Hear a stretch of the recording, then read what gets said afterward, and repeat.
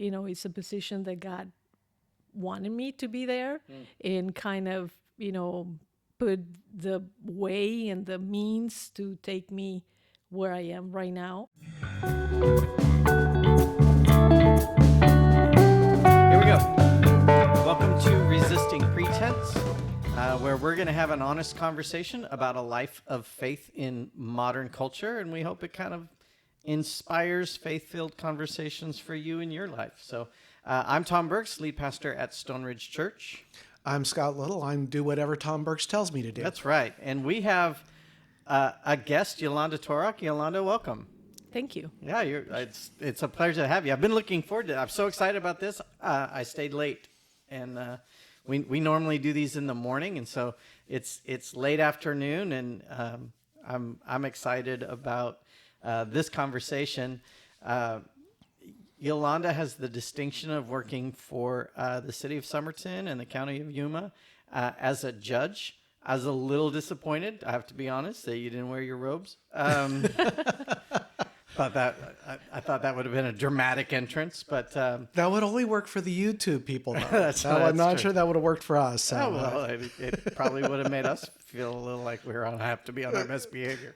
So, could you tell us a little bit about your path to becoming a judge? I think you're the first judge I've ever personally known.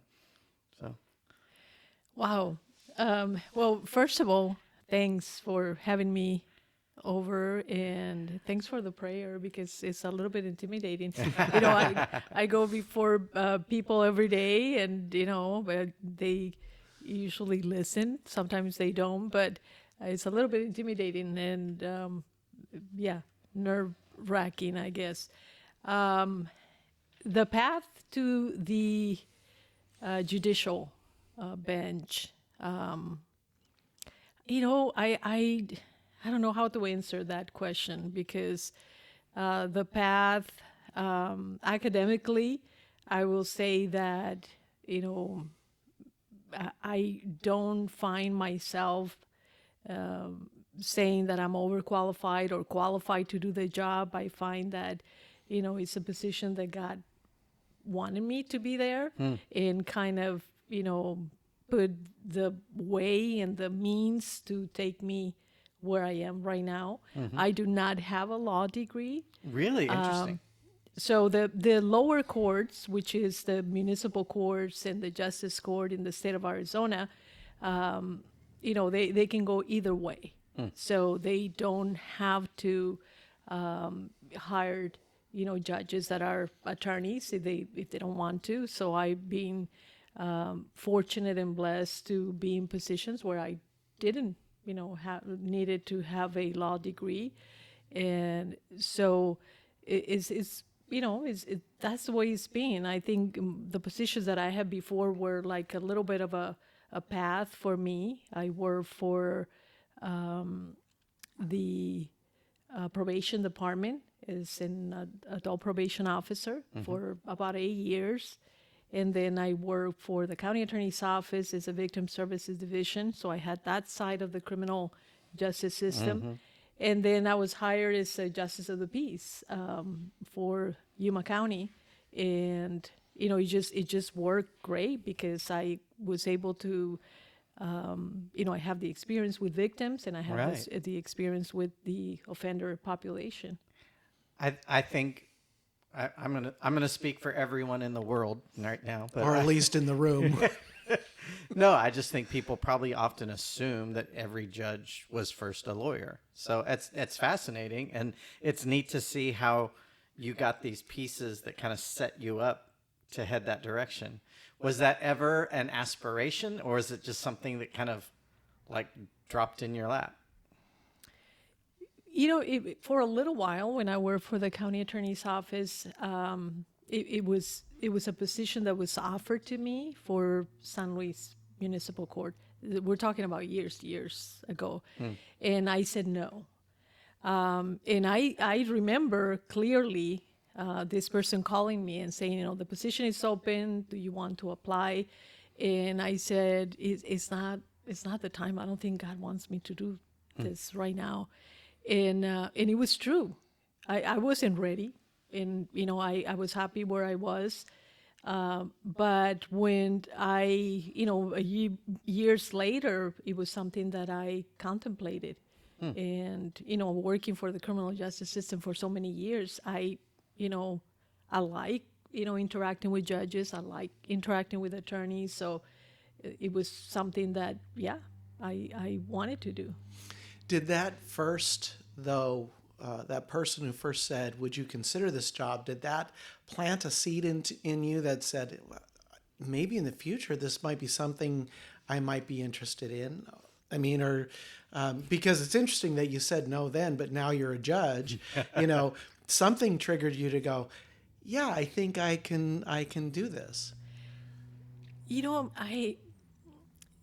I guess at that point in my life, I had so many things going on career-wise where I was that I didn't even think about it. And I felt like, I was where I supposed to be at that, season in my life.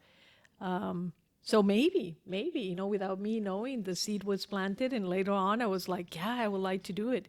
I remember telling, though, one of my secretaries one time, one day, I think, we're going to be working, you and I I'll be the judge, you'll be my judicial assistant, I used to tell her. But it was like a joke, it was just like a joke because we were close and, we were doing a lot of, different projects, and it was just a joke between the two of us. I love Yeah, God was laughing too. Just wait till I show you what's in your Yeah. future. That's right. So do you have favorite kinds of cases, least favorite kinds of cases? Is there a particular part of the law that you just love kind of being in the middle of? When I were full-time for Yuma County as a Justice of the Peace Pro Tem, I did a lot of the civil work, and I really like it. And, when I say civil cases, lawsuits, and, people look at me and they go like, really? Because, they're boring. And, but I always like the research part, the motions filed by attorneys, reviewing things. And you always interact with attorneys from out of town. And I like that. Only because, there were attorneys that's all they did, the civil law, and they were very, very experienced and very, smart attorneys. And you learn a lot if you're open as a judge, when you have, attorneys that know what they're talking about. Yeah. Everybody hopes their attorneys knows what they're talking about. I get the feeling not all of them do. Yeah, I would agree with that. No comment from here. That's probably wise. That's probably all right. wise. What about least favorite kinds of cases?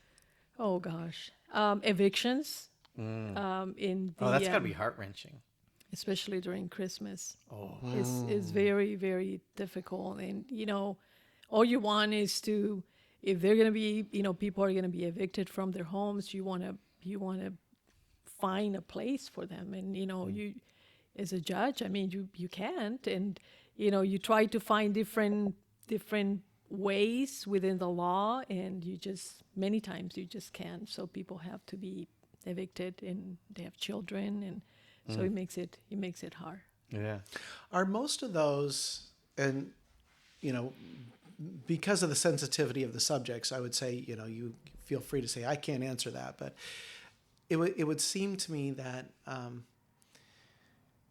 some of those cases are ones that you look at and go, well, there's been chance after chance after chance after, and they just happen to hit in December. But other ones you look at them and go, these guys just have a rough life. I mean, there's nothing particularly wrong or bad, or they just can't get ahead. How do you manage that? I mean, can you kind of look at the one and go, well, sorry you did this to yourself, versus somebody else that you're going, I don't know what else can I do? I mean, because you're kind of tied by law, correct?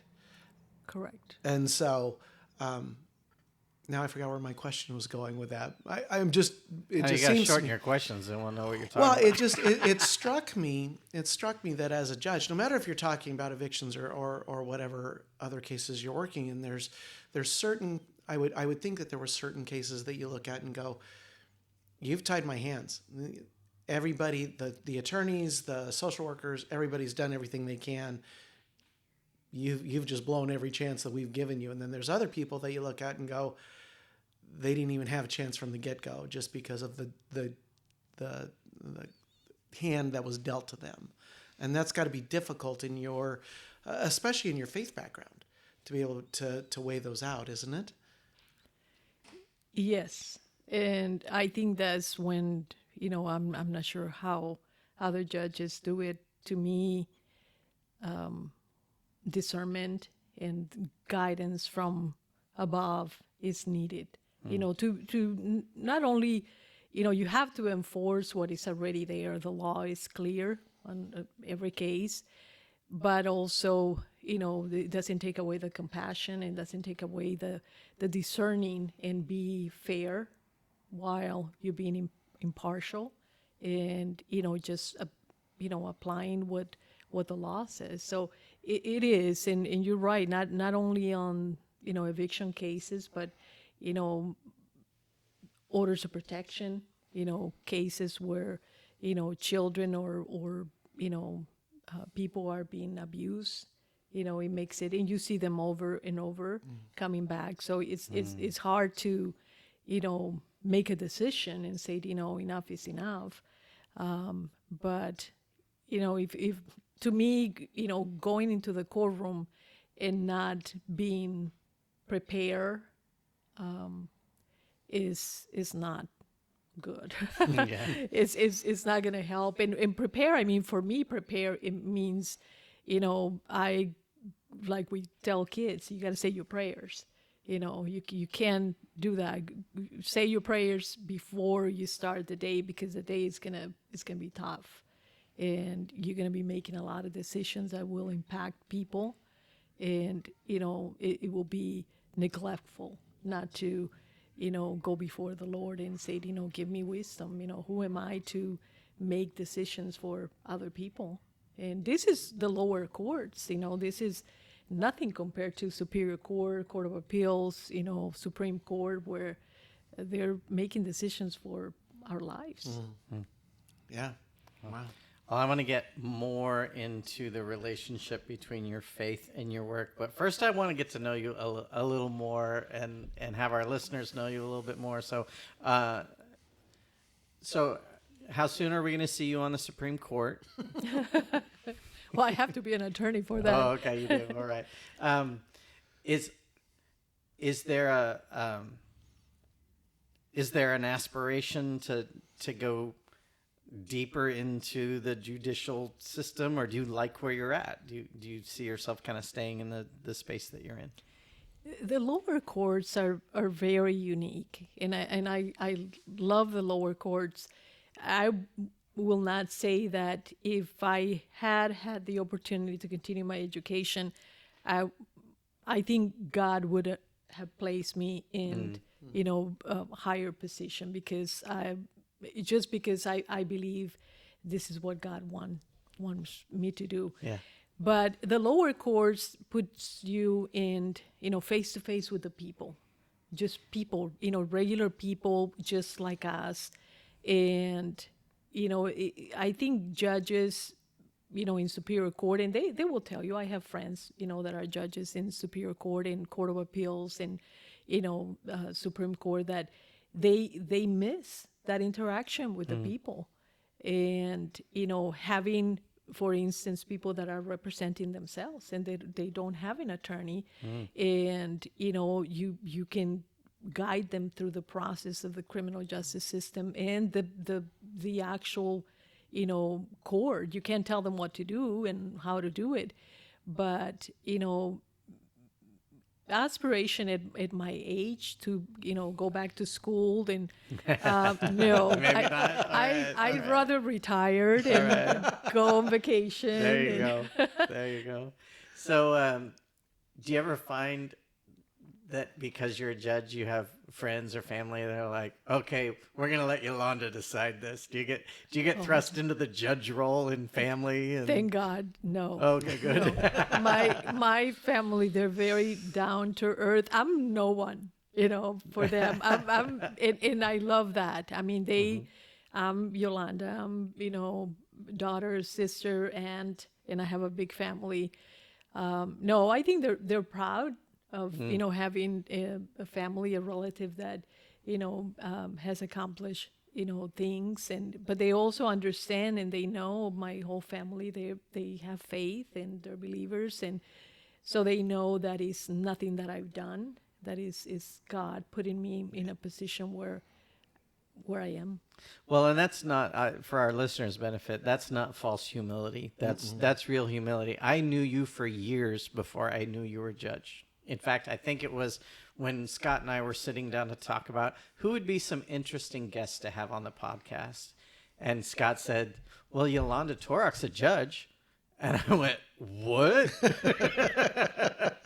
I had no idea. I got to know you through your daughter, Grace, who sings in our worship band when she's in college now, so only when she's back in town. But as a high schooler, she would sing here, and Grace and I bonded over music and over soccer, and I think the world of her. But I started meeting you because you would come when she sang, and you got involved in the life of our church. Never once did that come up, and I think it's beautiful that you don't wear it like something to lord over people. You wear it very comfortably, and I think that's to your credit. So when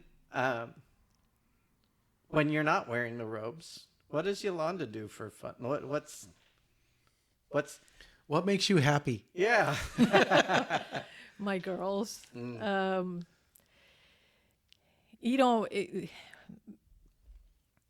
I like to run, and I used to run a lot with exercise, but just for fun.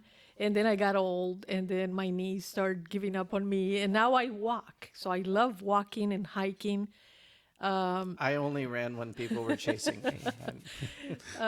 But I now my girls, whenever I run with them, I mean they run a lot faster than me, and they remind me, of my age. But no, what makes me happy is family, really. My family and my girls are, I'm so proud of them, and I'm glad. This is not gonna sound good, but I'm glad that they're out there. That they're in college, and I get it. that they're not Absolutely. here, Yeah. because every time I see them, I see, two young ladies that are growing, not only, academically, but, in their faith. And that makes me a very proud mom. I think there's something that as a parent, or at least I would say as a good parent, that our goal is always to at some point kick them out of the nest and say, fly, do what you've been taught to do now, because I've given you everything you have, but I can't carry you the whole time. And when they do that, you're like, yeah, way to go. But see, that's not my culture. No, you keep them in the nest. You keep them and you don't let them go. I mean, I was a volunteer for a couple of years for Yuma Catholic, and I was in the cafeteria, so I used to, interact with a lot of nice ladies there. And there were women, Hispanic, that they were thinking about moving to the city where the child was going to college.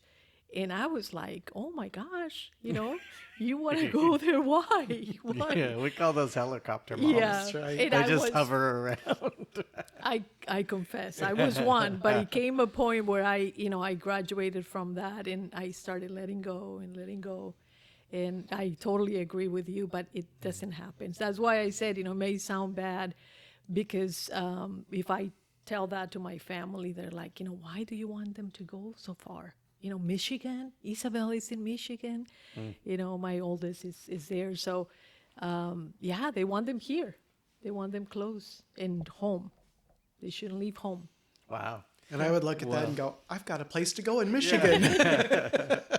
I like you. My youngest is college age, and he just finished up his studies this last summer, and is now has applied for and got his first job, and he hasn't worked his first hour yet, but it's like I am so excited to see where his life goes, like the trajectory of his life, because up to this point it's all been very dependent upon us, and now we get to see kind of the fruit of that labor, and I'm with you.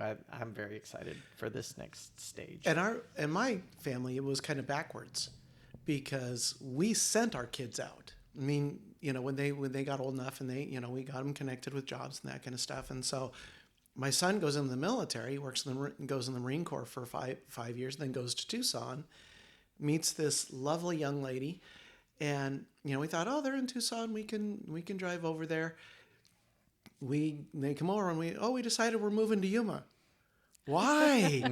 Why? In fact, we're going to move in the house behind you. Why? It's kind of, and we're very happy because our grandkids are there. So we're very close to the grandchildren, but it's kind of like, explore the world. You have this whole life in front of you, and don't come because we're here. Yeah. Right. That's not. Well, we're gonna work our way back toward your judicial kind of role and the way that your faith engages in that. But to get there, maybe could you give us the thumbnail kind of story of how faith became a significant part of your life? Was it something, was it something you came to later in life? Was it something you grew up in? What's your faith story? Well, speaking of let kids go and do their thing, I grew up in Mexico, right across the border, and my father was a mechanic. He was a bracero. Well, in those days, you just work in the United States, and your employer may sponsor you to get, your green card, or, to immigrate into the country. So he did that.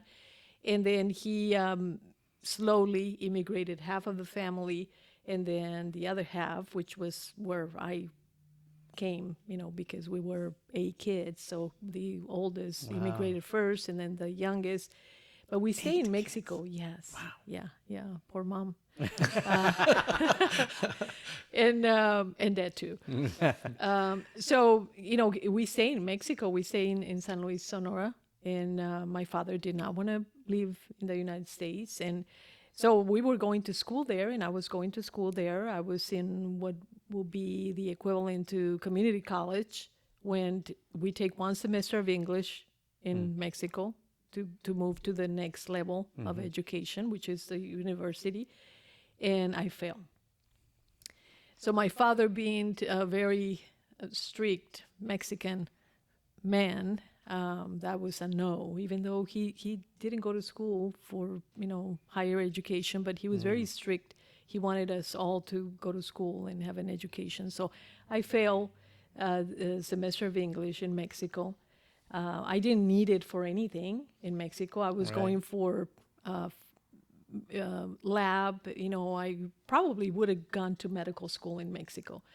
But so he said, oh, we can go to the United States now that we immigrated. Legally, you can go and study and then come back. So he brought me to Yuma, and he enrolled me. How he did it, he didn't speak one word in English. Wow. Enrolled me in COFA, 11th grade. And so I graduated from COFA. I did 11th grade, 12th grade. And I said, okay, Dad, I'm coming back. But then all my friends were already gone. So I decided to do community college, AWC. And I went into the dorms because we were still living in Mexico. So I was living in the dorms, and I had a roommate from Honduras. I was 17 years old, and she did not spoke to me one word in Spanish, only English. Really? But at night, she will read to me the Psalms, the Bible. Oh, wow. And so I loved to listen to her, but I didn't know anything about the Lord, nothing. I mean, I was partying. I was being a student in college, And every night she will open the Bible, the book. I didn't know it was a Bible, and she will read the Psalms. Wow. And then she I got another roommate, but she was, I will tell you to this day, that she was the person that I have known, and I don't think I have known any other person that showed me what Christ was all about. Never judged me, never, all she did was she read the Psalms and then she witnessed. I mean, I remember maybe a year and a half went by. I had another roommate. She was a senior. She was graduating. And I went to her dorm one night in desperation. I knocked at her door and I said, I want what you have. Whatever she had, I wanted. And we knelt down right there in her dorm and I accepted the Lord as my Savior. Wow. Yeah. That's That is- how I came to faith. So 70 years That's old. phenomenal. I love it. So when she read the Psalms, did she read the Psalms in Spanish or did Spanish. she? So she read that the was Psalms. the only That was the- treat that she gave me because I wanted her to speak to me in Spanish. I knew that she was from Honduras, and I went to COFA 11th grade and 12th grade. I didn't speak a word in English. I went to an ESL program, which was the second language. And then I go to AWC, and it was full of Puerto Ricans that spoke only Spanish. So, there was no knowing, and I was not interested in learning the language. I mean, I felt like I knew enough, and I wanted to talk to her. I wanted to have a friend as my roommate, and she will not talk to me in English. I mean, in Spanish, but at night she will read. So I was like, oh yeah, I liked her accent, but yeah, she had a strategy, and it had to be from God because it really got me. I look forward every night to listen to. That what is she one had of to the say. coolest faith stories I have ever heard. I love it. She was great, and then she was the president of the student council, and so she had all these positions, and everyone knew that she was a believer. And I will see her, and she will come and talk to me. She was older than me, but she was in a mission, and I know she was praying for me. That's why I believe that you pray for people and God listens, because my family were not believers. Wow. So I can't say that my mom was praying for me. My whole family came to the Lord after I came to the Lord. Wow. So it was her. It was her. Have you stayed in contact with her? No, I Oh, didn't. wow. I found that she went to Phoenix ASU, and the last person that I talked to, he told me that she was crazy, that that she was just crazy. She was at the dorm at ASU, and she was a really warrior prayer, and she was praying and fasting. And so this guy is telling me like this, a story about her. No, I haven't seen her, but the last thing I heard is that she's crazy. She was at the dorm and she was praying and fasting, and and people will knock at her door and she wouldn't open. And I was like, that's great. She's probably praying for another, another soul. Yeah, saving another roommate. So you said that your family didn't come until after you. Were you an influence in that happening as well? Oh yeah. I mean, not me, but the Lord was at work after I came to the Lord.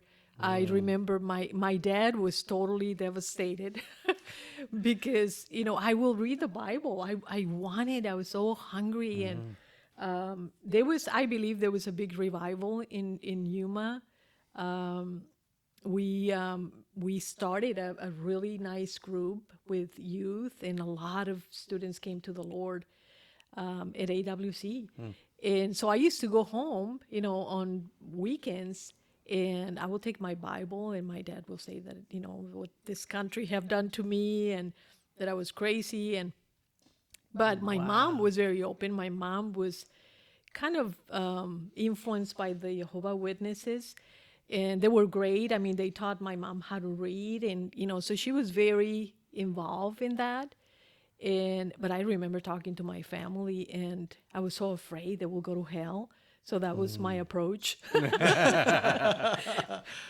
I was like, no, you have to. And yeah, my whole family. My mom is a big Baptist lady. Oh, right. Yeah. Oh, that's great.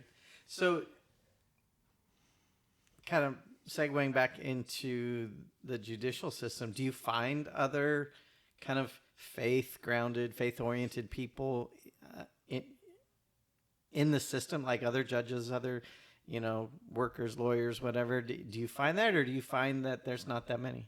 Oh no, there are. I think we have right now. We have a bench that has a lot of men and women that are believers, and that's good.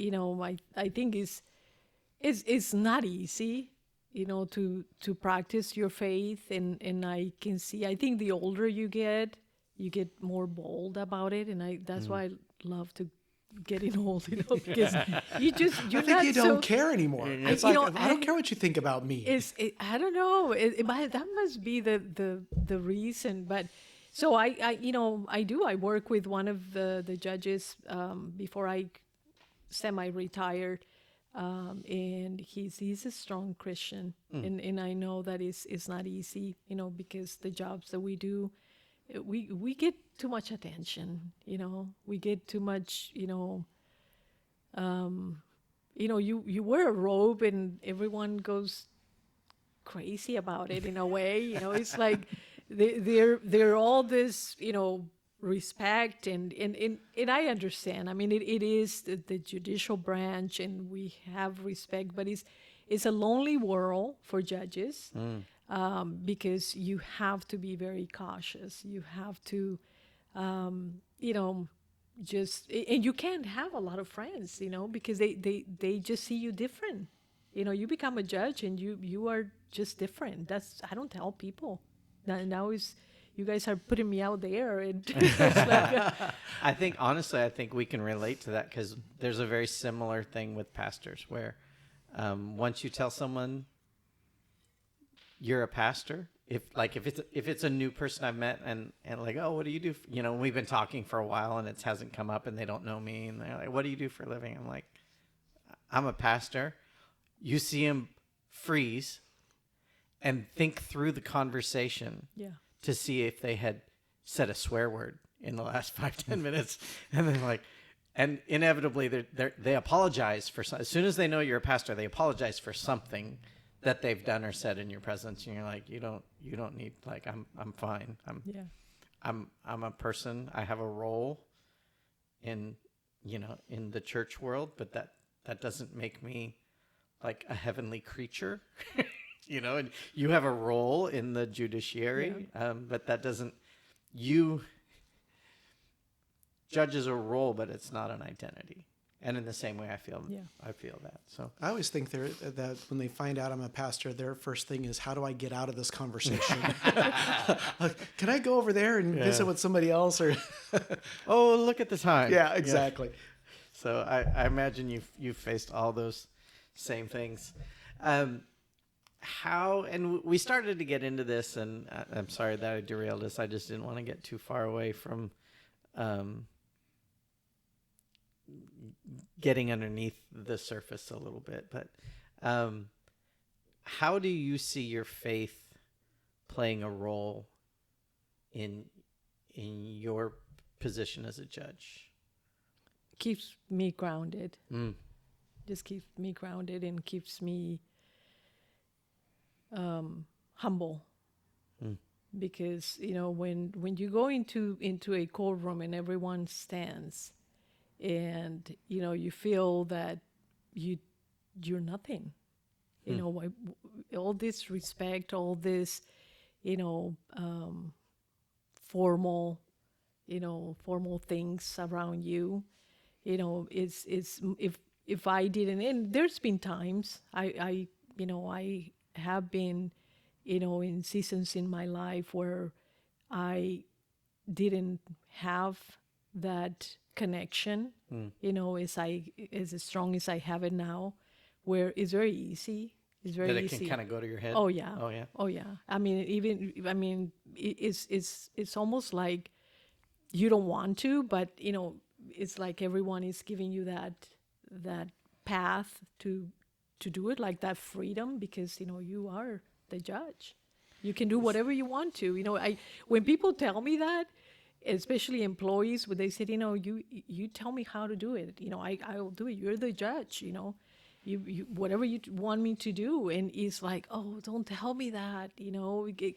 How about you? What do you think? We can work together. There's no teamwork. There's you're the judge. You tell me what to do. I will do it. And whoever is the judge will decide how to do it. And it's hard. It has to be hard for, my faith grounds me, into thinking, okay, wait a minute, you're not all that. But if you don't have faith, I mean, I don't blame people that walk like their own Yuma County. It's like we do it to them, Yeah. and so it is my faith. It has to be connected. I can't do it without my faith. Scott, are you freaking out as much as I am? I had never considered the parallel between the judge's role and a pastor's role, because everything you just said about, like, I know those pastors who everyone looks at them like, you just tell me, I'll do whatever you like. You're in charge. It's all, and I'm like, no, how about we collaborate? How about you give an opinion and I give an opinion? We talk about it, and maybe your idea is better than mine. And I know pastors who, and I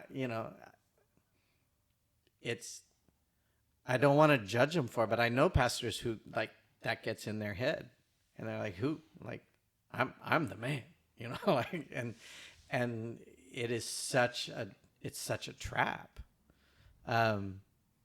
And hearing you talk about it in your world, there's such an amazing parallel.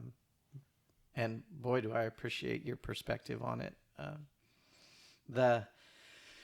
You talked about coming in kind of prayed up. That you've got to be in prayer before you even walk in the room and put the robe on and head to the bench. What about throughout the day? Do you have to return to prayer to keep grounded? Yeah. Yeah. I have my Bible in my office, and I have books. One book that I go back and read is this little tiny book. You guys probably have it or have read it. Is Humility by Murray. Can't remember his first name, but Andrew Murray. Murray. Yeah. Okay. And I love it. I love it, and I have read it. I have it all marked, and that's my book to go to, because it's everything. You want to start a project, you want to talk to your staff, and so it's always a reminder that you're in charge, you're important, and so it's all this voices, and and I'm human, and when I start enjoying it or liking it, I have to get grounded and say, so I have to throughout the day. I mean, it's important to me. I can, I can always close my door and, just pray or, read. And so that's something that I do quite often. You're probably closer to the cultural contentions than we are.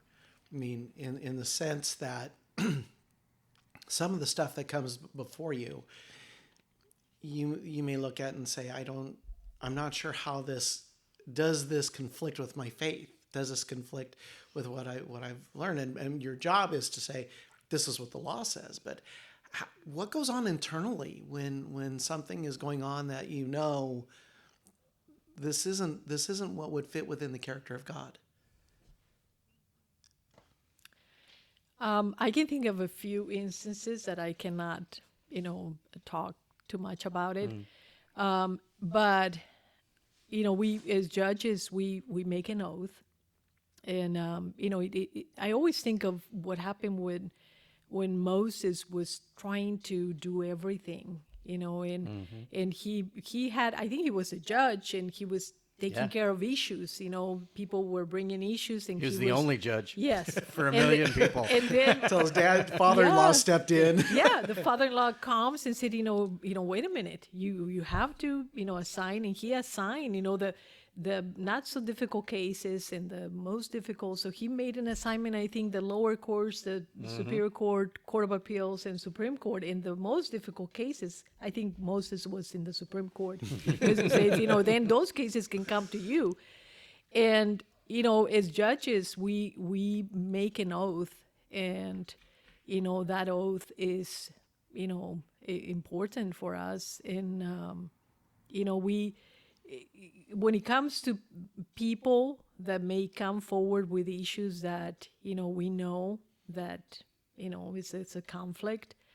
I think that we still have to apply the law without compromising our Right. faith. And I think that's when starting the day, making sure that you receive wisdom, not your wisdom and discernment from yourself and what you're reading, how you interpret it, interpreting the law, but wisdom from above, because you're gonna make decisions that will impact not only the people that are in front of you, but it could impact the people that are watching. That you are stating that you are a woman or a man of faith, and now you are saying or doing something that is not consistent with what you say you are, what you say you believe in.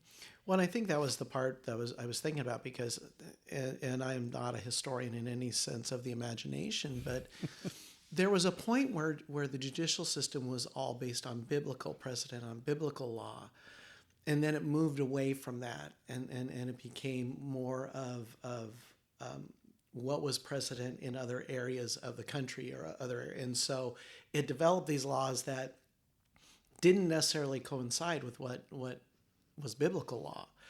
And I would think as a judge that sometimes that's a difficult balance. And at the end of the day, you sometimes have to say, Lord, I've done the best I can with what I've been given. I've got to leave it up to you now. And can you walk away at the end of the day? Do you end your day with the same thing of, okay, God, I've done what I can. Now it's up to you.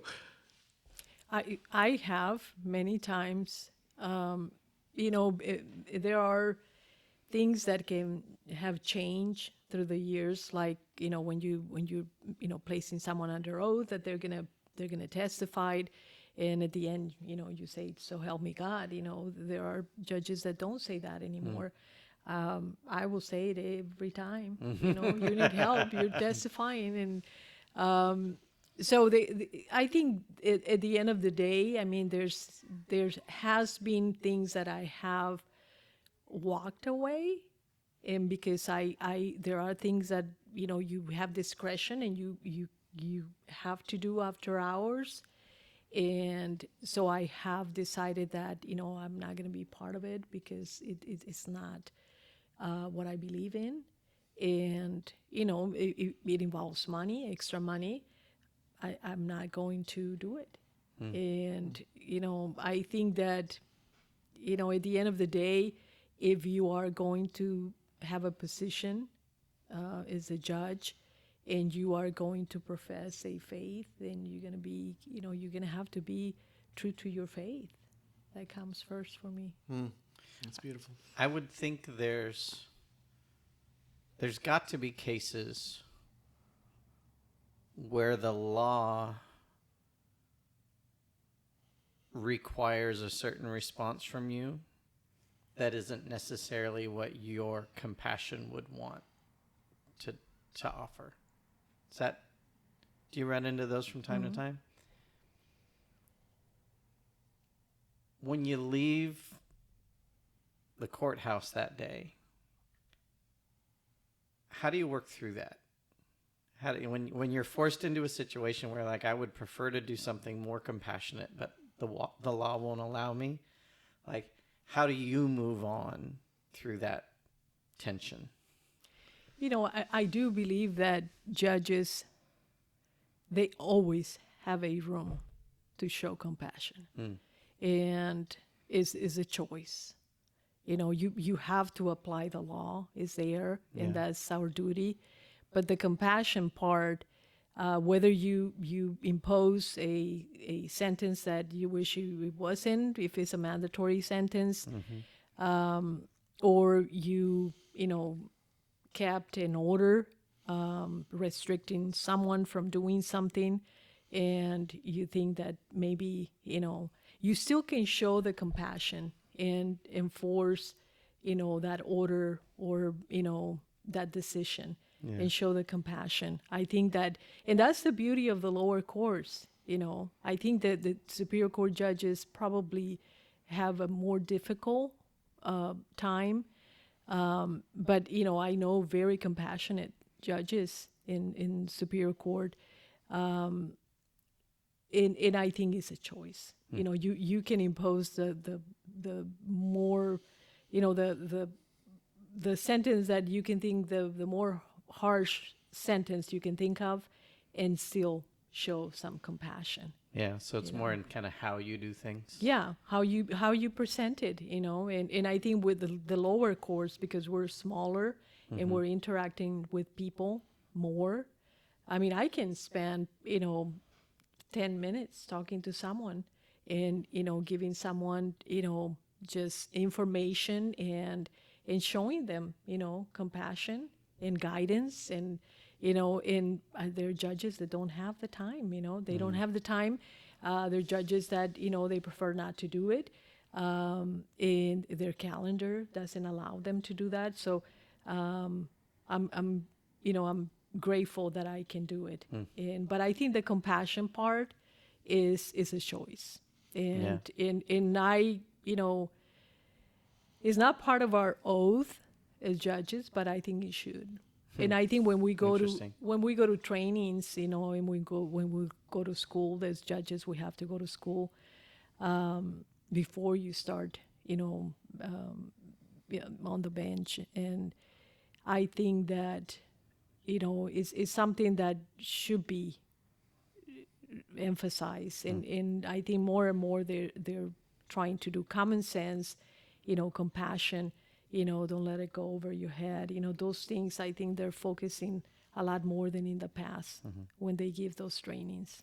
Are there days where you just have to go home and like, nobody talk to me, I'm gonna take a walk, or nobody talk to me, I'm just gonna go take a bubble bath, or Yeah.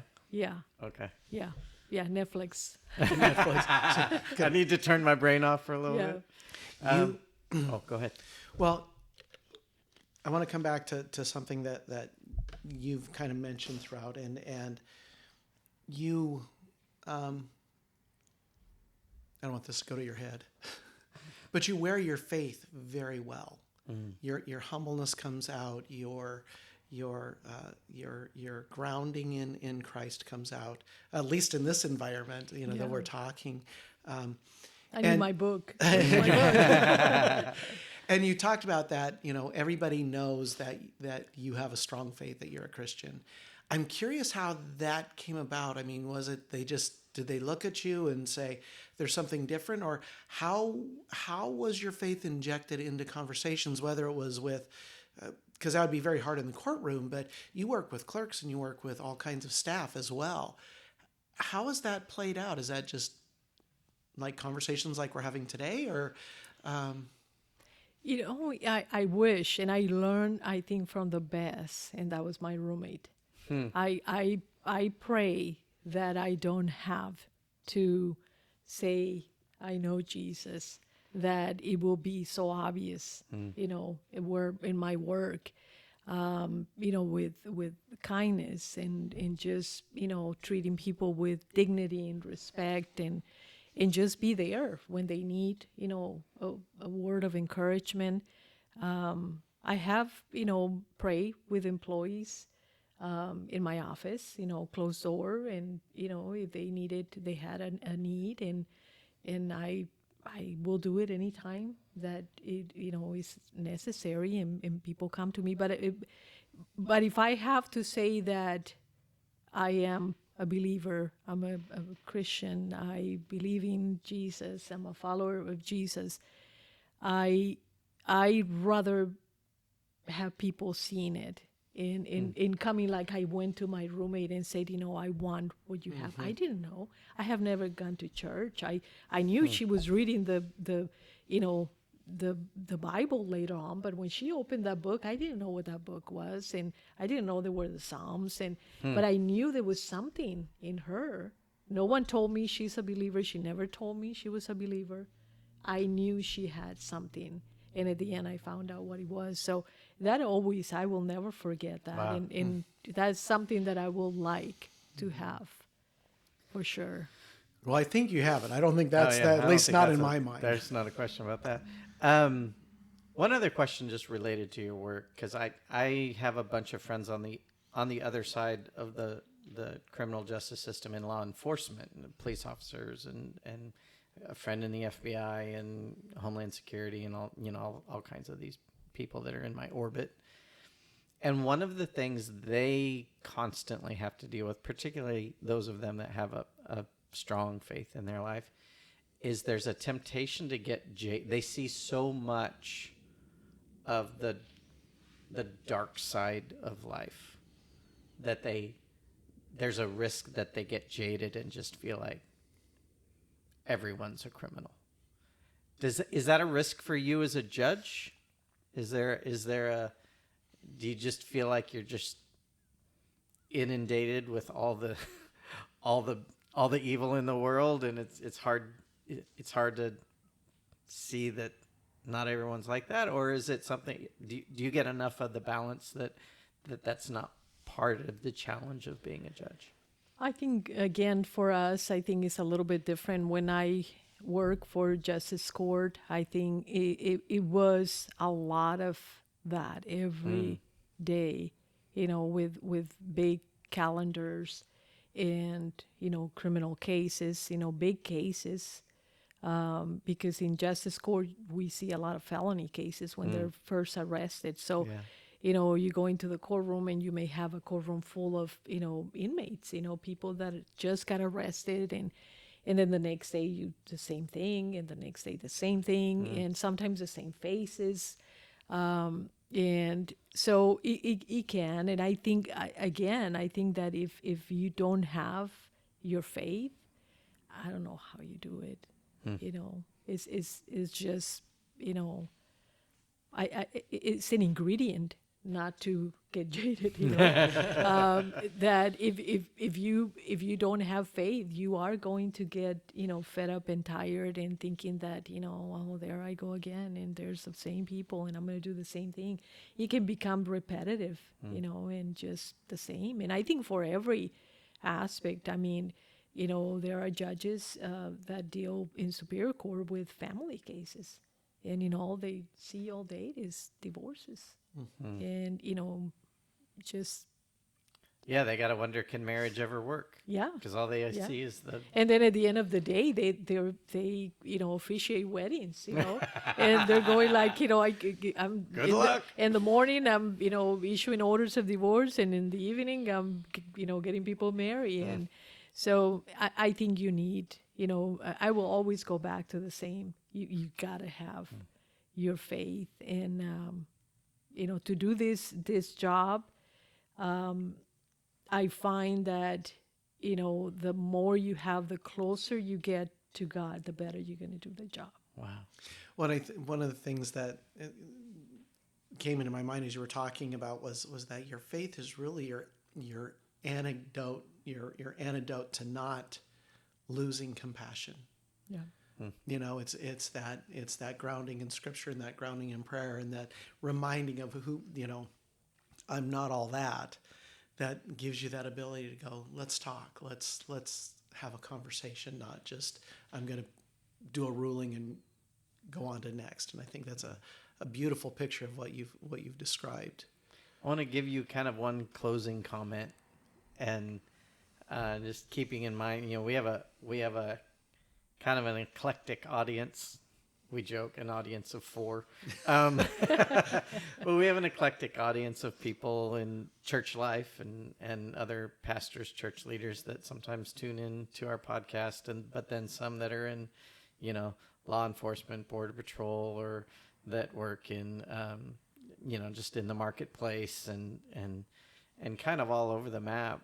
But for a Christian who wants their faith to make a meaningful impact in their world, what would you love to be able to say to them?